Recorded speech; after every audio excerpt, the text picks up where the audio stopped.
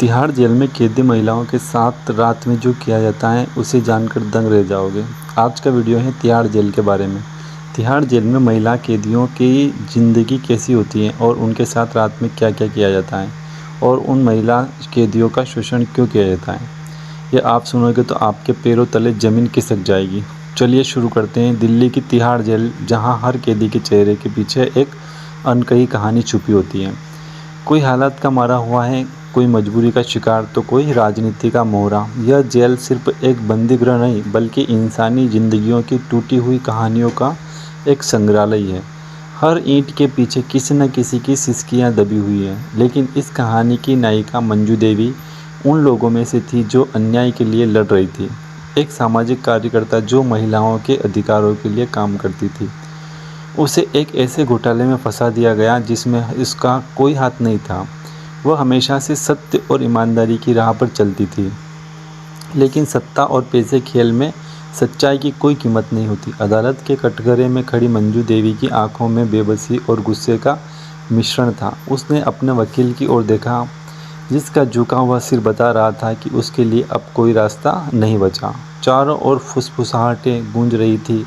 मंजू देवी, आपको न्यायिक हिरासत में तिहाड़ जेल भेजा जाता है। जज ने ठंडे स्वर में फैसला सुनाया। एक पल के लिए उसे लगा कि समय ठहर गया है। उसे विश्वास ही नहीं हो रहा था कि उसके साथ यह सब हो रहा है। उसे पुलिस वैन में बिठाकर तिहाड़ जेल ले जाया गया। वैन के बाहर का नज़ारा धुंधला होता जा रहा था। उसके कानों में केवल एक ही गूंज थी, तिहाड़ जेल। तिहाड़ के विशाल लोहे के फाटक के पास वैन रुकी। वैन के बाहर वह विशाल लोहे का फाटक था जिस पर बड़े बड़े अक्षरों में लिखा था, तिहाड़ केंद्रीय कारागार। मंजू देवी ने सिर उठाकर उस फाटक को देखा। वह किसी दूसरे दुनिया के प्रवेश द्वार की तरह लग रहा था। यहाँ से बाहर निकालना शायद अब आसान नहीं था। गेट के पास कई वर्दीधारी महिलाएं गार्ड खड़ी थी। उनके चेहरे कठोर और भाव शून्य थे। उनके लिए यह सिर्फ एक और नई कैदी थी। नई कैदी आई है, यह गार्ड ने ठंडे लहजे से कहा। चलो पहले इसको बैरक नंबर 6 में डालो। मंजू देवी ने धीरे धीरे जेल के अंदर कदम रखा और उसकी ज़िंदगी हमेशा के लिए बदल गई। जेल के अंदर जाते ही सबसे पहले सामना हुआ अपमानजनक तलाशी प्रक्रिया से। कपड़े उतारो, एक महिला गार्ड ने सख्त आवाज़ में कहा। मंजू देवी स्तब्ध रह गई। उसे अपने कानों पर विश्वास नहीं हुआ। यह ज़रूरी है, गार्ड ने फिर कहा। हर नई कैदी की तलाशी होती है, जल्दी करो। उसके गले में कुछ फंस गया। उसे लग रहा था जैसे उसके आत्मसम्मान को कुचल दिया गया हो, लेकिन वह जानती थी कि यहाँ उसकी कोई नहीं सुनेगा। भारी मन से उसने अपने कपड़े उतारे और गार्डों ने उसकी पूरी जांच की, मानो वह कोई वस्तु हो, कोई इंसान नहीं। ठीक है, अब कपड़े पहन लो, गार्ड ने सामान्य लहजे में कहा, जैसे कुछ हुआ ही ना हो। मंजू देवी ने झुकी आंखों से अपने कपड़े पहने। उसे पहली बार एहसास हुआ कि अब वह उस दुनिया का हिस्सा बन चुकी थी जहाँ इंसानियत का कोई स्थान नहीं था। बैरक नंबर 6 एक अलग ही दुनिया। मंजू देवी को एक लंबा सकरा गलियारा पार कर बैरक नंबर 6 में ले जाया गया। दरवाज़ा खुलते ही अंदर की दुनिया देखकर वह सिहर उठी। अंदर करीब 7-8 महिलाएं थीं जो अलग अलग गुटों में बटी हुई थी। कुछ कैदियों के चेहरे कठोर थे, कुछ के चेहरे पर निराशा थी, कुछ ऊंची आवाज़ में हंस रही थी तो कुछ ज़मीन पर बैठी रो रही थी। कई महिलाओं की आंखों में गहरी उदासी और अतीत का दर्द साफ झलक रहा था। नई कैदी आई है, एक गार्ड ने अंदर धकेलते हुए कहा। मंजू देवी धीरे धीरे अंदर बढ़ी। एक पुरानी गंदी चादर से ढका हुआ पतला सा गद्दा उसे दिखाया गया। यह तेरा बिस्तर है, ये एक महिला गार्ड ने कहा। कौन आई है नई कैदी? एक भरी आवाज़ गूंजी। मंजू देवी ने सामने देखा। एक लंबी चौड़ी औरत जिसकी आंखों में नशे की लालिमा थी, उसके सामने खड़ी थी। आसपास खड़ी दूसरी महिलाएं कैदियों के चेहरे पर डर साफ नजर आ रहा था। संगीता, किसी ने धीरे से फुसफुसाया, यह बैरक की बांस है। मंजू, उसने अपनी आवाज़ में आत्मविश्वास भरकर कहा। संगीता ने आंखें सिकुड़ ली। अच्छा मंजू, यहाँ आने के बाद अपने सोशल वर्कर वाले तेवर छोड़ दे। यहाँ तेरी मालकिन मैं हूँ, मैं किसी की गुलाम नहीं हूँ। मंजू ने ठंडे स्वर में कहा। बैरक में एक पल के लिए सन्नाटा छा गया। संगीता ने ठहाका लगाया। अच्छा, तो तेवर दिखाने आई है, ठीक है। लड़कियों, इसे जेल का नियम सिखाओ। मंजू ने देख 4-5 महिलाएं उसकी ओर बढ़ रही थी। उसने अपनी सांसें गहरी कर ली। शायद अब उसे अपने अस्तित्व के लिए सबसे बड़ी लड़ाई लड़नी थी। जैसे ही वे महिलाएं मंजू के करीब आई तो उसने महसूस किया कि अगर उसने खुद को कमज़ोर दिखाया तो यह उसकी पहचान के अंत की शुरुआत होगी। पहली महिला ने हाथ बढ़ाया, शायद उसे झकझोरने के लिए, लेकिन मंजू पहले से तैयार थी। जैसे ही हाथ उसकी ओर बढ़ा, उसने तेजी से उसे पकड़ लिया और इतनी ताकत से मरोड़ दिया कि हड्डी चटकने की आवाज़ तक सुनाई दी। वह औरत दर्द से चीख पड़ी और अपने हाथ को पकड़कर पीछे हट गई। मंजू ने बिना रुके दूसरी औरत को धक्का दिया, जिससे वह संतुलन खो बैठी और फर्श पर गिर पड़ी। यह देखकर बाकी औरतें ठिठक गई। जेल में ऐसी प्रतिक्रिया का उम्मीद शायद किसी ने नहीं की थी। आमतौर पर नई कैदी डर जाती थी, लेकिन मंजू ने तो पलट कर वार कर दिया था। अगर कोई मुझे छुएगा तो मैं जवाब जरूर दूंगी, मंजू ने सख्ती से कहा। उसकी आवाज़ में एक अजीब सा आत्मविश्वास था। संगीता, जो अब तक तमाशा देख रही थी, गुस्से से देखने लगी। कुछ पलों तक वह मंजू को घूरती रही, फिर अचानक हंस पड़ी। बड़ी बहादुर है रे तू, उसने कुटिल मुस्कान के साथ कहा। फिर उसने बाकी लड़कियों को इशारा किया और वह धीरे धीरे पीछे हट गई। ठीक है, देखते हैं कितने दिनों तक टिकती है, संगीता ने कहा और वहाँ से चली गई। पहली रात की क्रूर सच्चाई। मंजू ने पहली रात तिहाड़ की ठंडी दीवारों के सहारे सिर टिका लिया। आसपास की महिलाएं सो चुकी थीं, लेकिन मंजू जाग रही थी। अंधेरे में उसके दिमाग में ढेरों ख्याल उमड़ रहे थे। सुबह होते ही गार्ड ने बैरक का दरवाज़ा खोला। लाइन में लगो। मंजू ने देखा कि कैदियों की एक लंबी कतार बनी थी, जो बाथरूम जाने के इंतज़ार में खड़ी थी। इतनी भीड़। उसने पास खड़ी निर्मा से पूछा। उसने मुस्कुराते हुए कहा, यहाँ टॉयलेट भी एक लग्जरी है। मंजू ने जब अंदर झांका तो देखा कि बाथरूम की हालत बहुत गंदी थी। बदबू से सांस लेना मुश्किल हो रहा था। पाइप से पानी टपक रहा था और ज़मीन पर कीचड़ और कचरा फैला था। इसे कोई साफ क्यों नहीं करता, मंजू ने पूछा। गार्ड को कोई फ़र्क नहीं पड़ता, और अगर हम कुछ सफाई करें तो वे और गंदा कर देंगे, निर्मा ने जवाब दिया। सुबह के नाश्ते का समय हुआ। मंजू को जली हुई रोटी, पतली दाल और बदबूदार सब्जी रखी गई। उसने नाक सिकोड़ते हुए कहा, तू मत खा। गार्ड ने ठहाका लगाया। मंजू को एहसास हुआ कि यहाँ कैदियों का इंसान नहीं समझा जाता, उनके साथ जानवरों जैसा व्यवहार किया जाता है। तभी संगीता उसके पास आई। अभी भी अपनी सोसाइटी वाले नखरे दिखा रही थी। मंजू ने कोई जवाब नहीं दिया। तुझे इस जेल में जीना है तो मेरे हिसाब से चलना होगा, संगीता ने धमकी दी। मैं किसी के इशारों पर नहीं चलती, मंजू ने सख्ती से जवाब दिया। संगीता गुस्से में लाल हो गई। ठीक है, रात में तुझे सबक सिखाएंगे। वह ऐसा कहकर चली गई। रात का समय था। बैरक में अंधेरा था। सिर्फ बाहर जल रही हल्की रोशनी से बैरक के भीतर कुछ दिखाई दे रहा था। मंजू अपने बिस्तर पर थी, लेकिन उसका मन बेचैन था। तभी उसे आहट सुनाई दी। कुछ औरतें धीरे धीरे उसकी ओर बढ़ रही थी। अब तो देख, नई लड़की, उनमें से एक ने कहा। मंजू संभल पाती, इससे पहले ही 4-5 औरतों ने उसे घेर लिया। पहला गुस्सा उसके पेट में पड़ा। वह दर्द से करा उठी। उसके बाल खींचे गए। किसी ने उसकी पीठ पर लात मारी। रुक जाओ, मंजू जोर से चिल्लाई, लेकिन कोई सुनने वाला नहीं था। तभी निर्मा और कुछ अन्य कैदियों ने बीच बचाव किया। बस करो, इसे मार डालोगी क्या? अंततः वे महिलाएं पीछे हट गई, लेकिन मंजू दर्द से करा रही थी।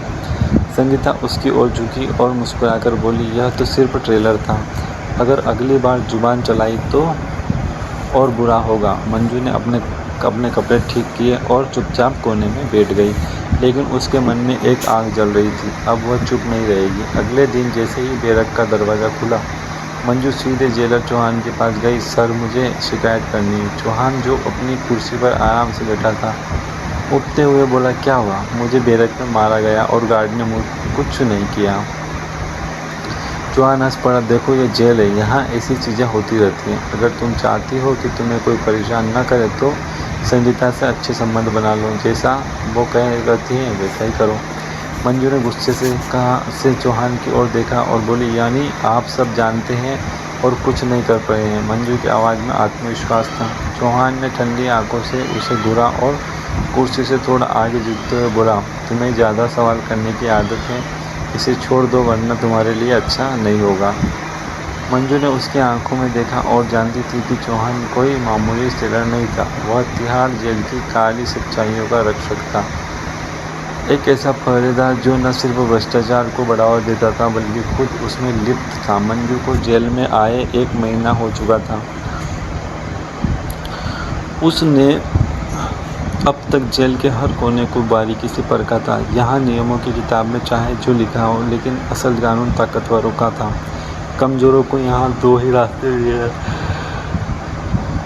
या तो चुपचाप सहते रहो या फिर टूटकर बिखर जाओ। जेल के अंदर 3 गुट थे, हर गुट की पर अपनी ताकत थी। संगीता मैडम का गिरोह सबसे खतरनाक गुट था, जो ड्रग्स, ब्लैक मार्केटिंग और नवागत कैदियों के शोषण में लगा था। नंबर 1 संगीता जेल की सबसे पुरानी और ताकतवर कैदी थी, जो प्रशासन तक से सांठ बांट करके अपना साम्राज्य चला। नंबर 2 निर्मा और उसके साथियों का गुट। यह वे लोग थे जो छोटे बड़े झगड़ों में फंसे रहते थे और जेल स्टाफ से तालमेल बनाकर अपनी स्थिति बनाए रखते थे। वे ना तो बहुत ताकतवर थे और ना ही पूरी तरह असहाय। नंबर 3 गुमनाम और निर्दोष कैदियों का समूह। यह वे कैदी थे जिनका कोई गुट नहीं था। वे या तो गलत तरीके से फंसा दिए गए थे या फिर बस अपनी सज़ा पूरी करके बाहर निकलने की राह देख रहे थे। मंजू ने शुरुआत में खुद को किसी भी गुट से दूर रखने की कोशिश की थी, लेकिन तिहाड़ में न्यूट्रल रहना संभव नहीं था। यहाँ अगर आप किसी के साथ नहीं रहे तो इसका मतलब था कि आप शिकार बनने के लिए अकेले खड़े हैं। मंजू जेल में आने से पहले एक सामाजिक कार्यकर्ता थी। वह महिलाओं के हक के लिए लड़ती थी, शोषण के खिलाफ आवाज़ उठाती थी और इसलिए जेल के अंदर उसे किसी ने पसंद नहीं किया। बड़ी आई समाज सुधारने वाली। संगीता ने एक दिन तंज कसते हुए कहा था, उसकी आंखों में घृणा थी। यहाँ तो हमें सुधारने की कोई नहीं आता, हमें बस तोड़ने आते हैं। मंजू ने कोई जवाब नहीं दिया, लेकिन वह जानती कि यह लड़ाई अब शुरू हो चुकी है। मंजू को धीरे धीरे एहसास हुआ कि जेल के अंदर नवागत महिलाओं का शोषण आम बात थी। एक रात जब पूरी बैरक सो रही थी तो मंजू ने देखा कि 2 महिला गार्ड और कुछ कैदी निर्मा को ज़बरदस्ती बाहर खींच रहे थे। मुझे छोड़ दो, मैंने कुछ नहीं किया, निर्मा चीख रही थी, लेकिन किसी ने ध्यान नहीं दिया। मंजू ने देखा कि उसे जेल के सबसे अंदर हिस्से में ले जाया गया, ब्लैक रूम। यह वो जगह थी जहाँ से किसी भी कैदी की चीखें बाहर नहीं आती थी। अगली सुबह निर्मा जब बैरक में लौटी तो उसकी आंखें सूनी थी। वह बेज़बान सी लग रही थी, जैसे उसका अस्तित्व ही खत्म हो गया हो। क्या हुआ? मंजू ने धीरे से पूछा। निर्मा ने कोई जवाब नहीं दिया, बस उसने अपनी चादर ओढ़ ली और सोने का नाटक करने लगी। मंजू समझ गई कि जेल में कुछ ऐसा हो रहा था जिसे किसी को जानने की इजाज़त नहीं थी।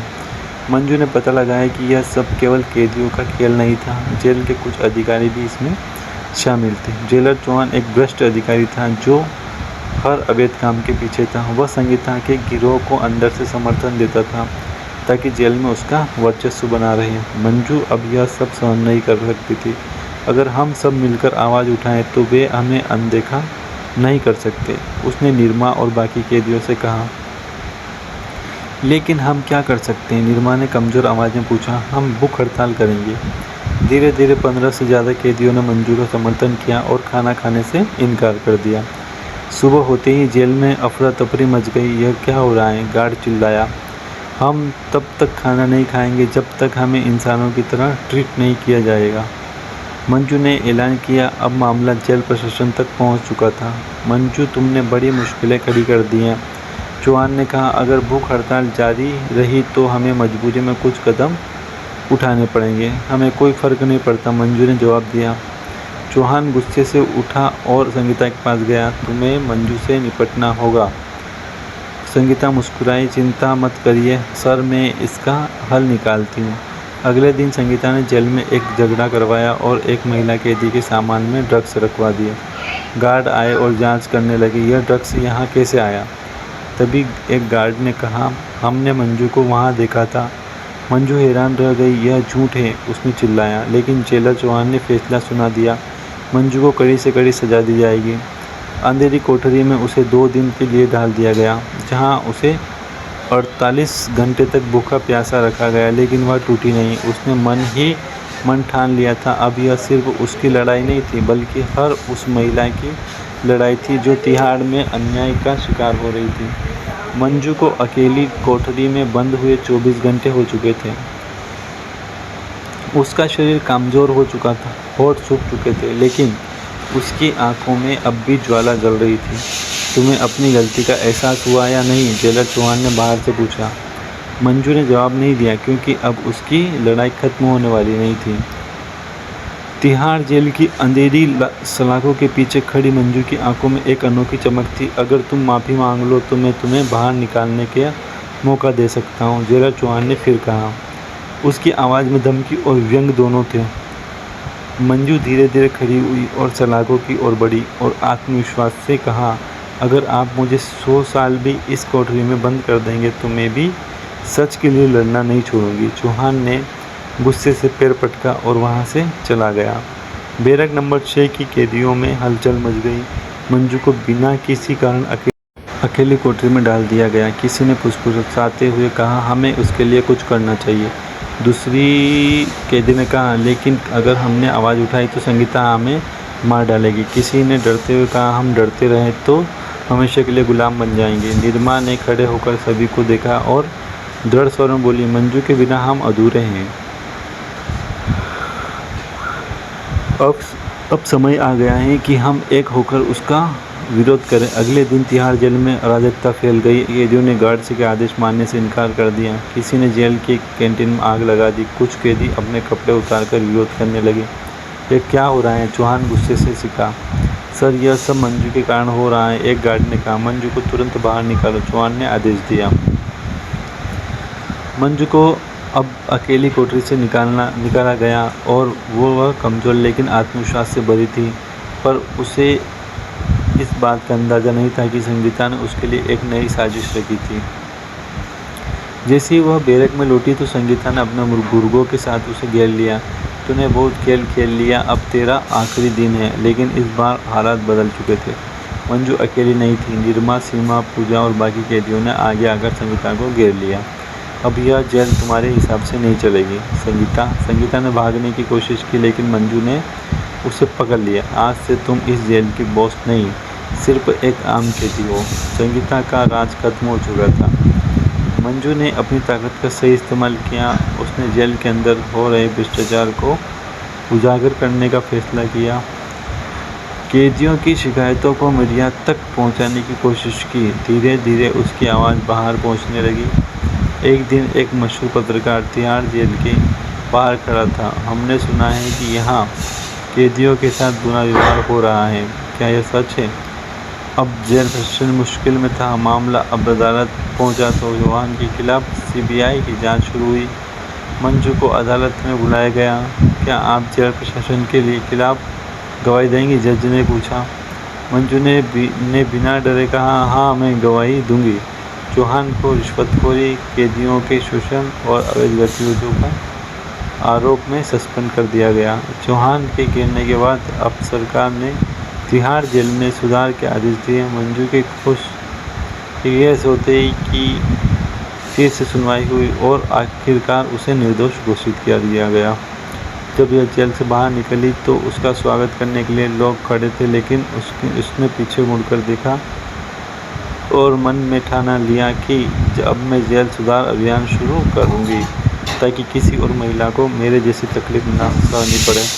इस कहानी से हमें यह सीख मिलती है कि नंबर 1, न्याय के खिलाफ खड़े होने का साहस रखें। मंजू ने जेल में होने वाले अन्याय और शोषण के खिलाफ आवाज़ उठाई। भले ही उसे अकेले ही हम न्याय के सामने चुप रहेंगे, तब तक बदलाव संभव नहीं होगा। नंबर 2, सत्य की हमेशा जीत होती है। भले ही वह जेलर चौहान और संगीता ने मंजू को तोड़ने की कोशिश की, लेकिन अंत में सच की जीत हुई। भ्रष्टाचार कितना भी मजबूत क्यों ना हो, सत्य की रोशनी के सामने नहीं टिक सकता। नंबर 3, एकता में शक्ति है। जब तक कैदी बिखरे हुए थे, वे संगीत और जेल प्रशासन के अत्याचार को सहते रहे, लेकिन जब उन्होंने एक होकर विरोध किया तो पूरा तिहाड़ हिल गया। जब हम एकजुट होते तो किस भी बड़े दुश्मन को हरा